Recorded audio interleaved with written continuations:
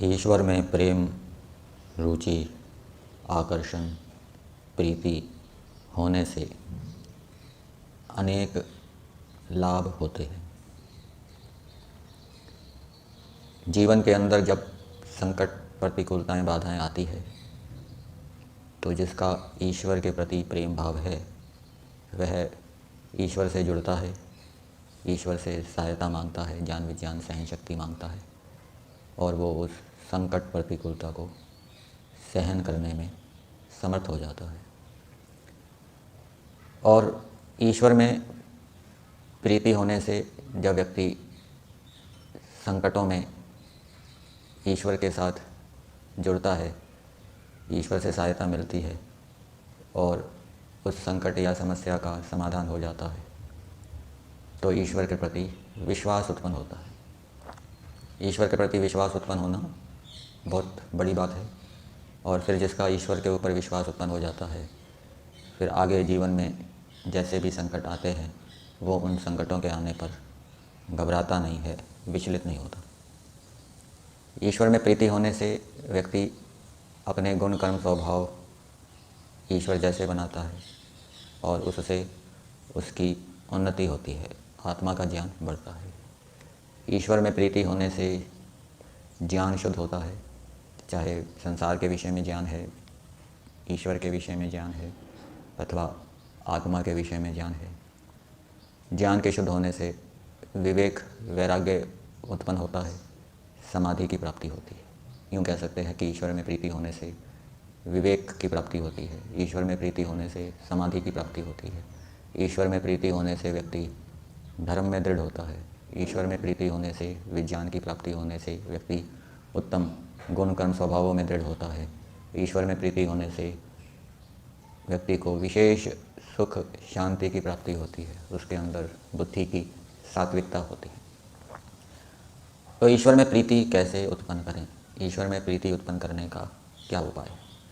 तो जो ईश्वर में प्रीति को उत्पन्न करना चाहता है उसके लिए सबसे पहले आवश्यक तो यह है कि वो अहिंसा, सत्य, अस्तेय, ब्रह्मचर्य आदि के विषय में जाने और जितना जाना है उसका वो पूरी शक्ति से पालन करे, सत्य आचरण करे, धर्म का आचरण करे।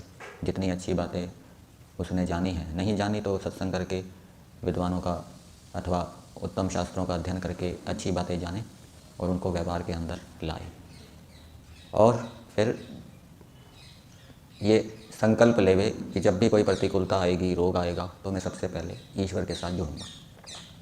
शरीर के अंदर कोई रोग उत्पन्न हो गया तो ईश्वर से उसका समाधान मांगूंगा, ईश्वर से उसके कारण को जानने का प्रयास करूंगा और फिर अन्य भी मैं उपाय करूंगा।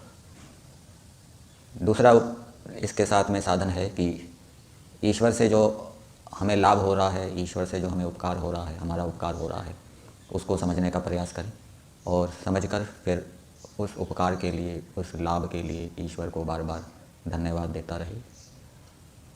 प्रत्येक उत्तम कार्य को प्रारंभ करने से पहले ईश्वर से जुड़े, ईश्वर की स्तुति करे, ईश्वर से सहायता मांगे और उस उत्तम कार्य के संपन्न होने पर ईश्वर को धन्यवाद देवे। महर्षि दयानंद कृत आर्याभिविनय ग्रंथ है, उसका अधिक से अधिक स्वाध्याय करें।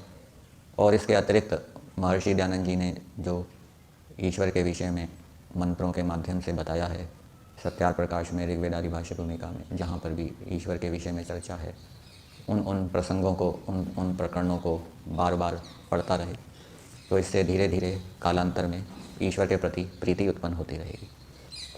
और उसके साथ साथ व्यवहार काल में भी दिनचर्या करते हुए, स्नान करते हुए, व्यायाम करते हुए ईश्वर को याद रखे, ईश्वर के किसी गुण को दोहराता रहे, स्थूल कार्यों को करते हुए। ईश्वर में प्रीति उत्पन्न होने के लिए ईश्वर के गुण, कर्म, स्वभावों का ज्ञान होना आवश्यक है। और उन गुण, कर्म, स्वभावों का ज्ञान तब होगा जब हम लाखों बार, करोड़ों बार उनकी आवृत्ति करेंगे। सांख्य दर्शन के अंदर सूत्र आता है 4थे अध्याय में, आवृत्ति ही असकृत उपदेशात्।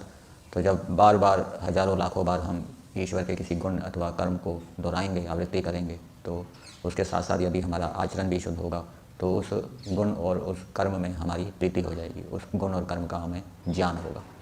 तो इन उपायों का अनुष्ठान करके मनुष्य को ईश्वर में प्रीति उत्पन्न करनी चाहिए। वेद का यह आदेश है कि मनुष्य ईश्वर को उपास्य इष्ट देव माने, ईश्वर में परम प्रीति करे, ईश्वर के तुल्य अन्य किसी को ना माने और ईश्वर को उपास्य इष्ट देव मानकर ही, ईश्वर में प्रीति रखकर ही व्यक्ति अपने जो प्रयोजन हैं धर्म अर्थ काम और मोक्ष उनकी शीघ्र ही सिद्धि कर सकता है। अन्य कोई उपाय शीघ्र सुख की प्राप्ति का नहीं है, ऐसा समझना चाहिए।